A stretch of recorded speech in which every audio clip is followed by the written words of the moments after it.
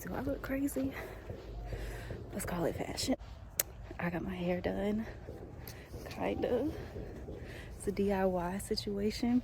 If you know me, you know I am good for a DIY situation, and do it be coming out right? Sometimes. But who wants that perfect hair story anyway?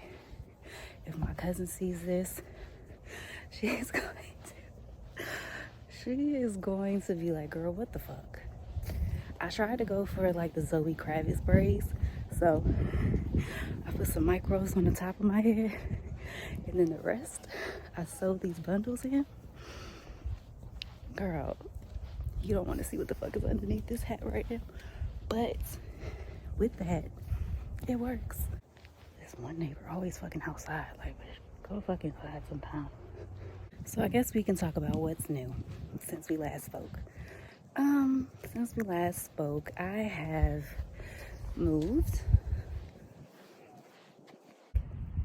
I feel it's like a rebirth happening, and I'm so excited but also nervous because it's like I'm in the middle of that. Like, I don't know what the new that's coming in. It's like I do because I'm doing it, like I'm walking into it, but at the same time, I don't know. Like, what's it gonna feel like, look like,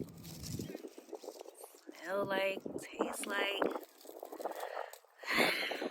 We on to some new shit. We're doing new things. They're gonna call you crazy, and you might be. But guess what? I would rather be crazy than bored. And I'm not just saying this out with the old and with the new shit just because it's like a new year. It's like 2024 now. But on some real shit, I just feel the shift happening, and I hope that it's I hope I can stay down with it and be consistent. But I also don't believe in beating yourself up when you're not 100% consistent, because they say like it takes so long to break the old habits before you can have the new habits or whatever. Because think about all the time it took to establish new habits and old habits, and you think that you just gonna change that shit overnight. It don't be happening like that all the time. So I give myself grace when I don't hit the target immediately. I be like, okay girl, we're gonna try again tomorrow, or I balance it out. Like, I've been trying to cut back on the meat and shit for real. So I said cut back, I didn't say stop eating.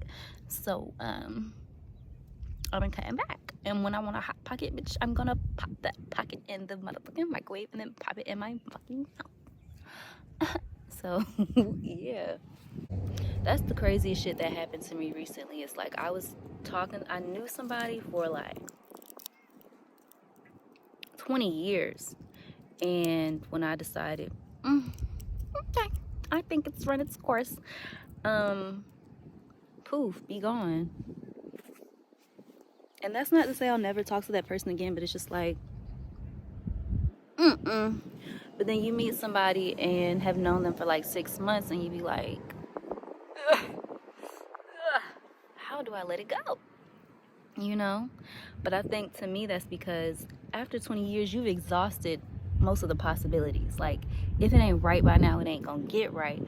But after 6 months, you're like, okay, but what if half the time my trauma was talking and half the time theirs was, and they had shit going on, I had shit going on. I'm still learning. What I'm learning too is I ain't never really been in love. I thought I was in love and shit like that, but I'm learning that love is more of an action. Like, I can love you as a person, be infatuated with who you are, admire you, you know, admiration. Maybe that's like, admiration is the feeling and then love is the action, you know? But like really loving someone through action, and not just like, you know, it's a birthday, so I'm gonna give a gift type action. But like, because I know that this isn't what's best for both of us, I'm gonna take action and be the person to walk away, or like giving you the space because I know you need a space, or like just when it doesn't serve you and you show love anyway. Like, I'm learning that that's love, and that's so beautiful. But then we not fucking with each other. And that's fine. And it's like, now I can just love on me and pour that energy back into myself and mix and mingle, because I wasn't worried about that man before I met that man. I wasn't worried about that man, and I got that man without worrying about that man. So I can let go of that man and my life be just fine. And then if I want to pick it back up, I'll go pick it back up. But that's my business. But it's just other things to focus on, you know? It's other things to focus on.